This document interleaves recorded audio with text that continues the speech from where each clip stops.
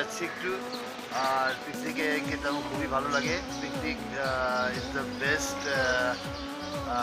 visit for me, and I like journey by bus, train, boat. Any journey I like it.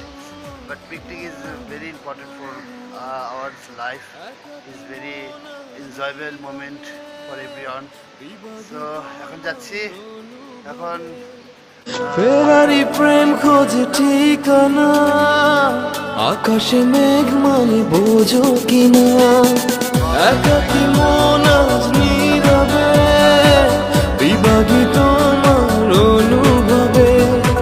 ফেরারি প্রেম খোঁজে ঠিকানা, আকাশে মেঘ মানে বোঝো কিনা, বিরহ নীলে নীলে বাঁধে বাসা, অজানা ব্যথা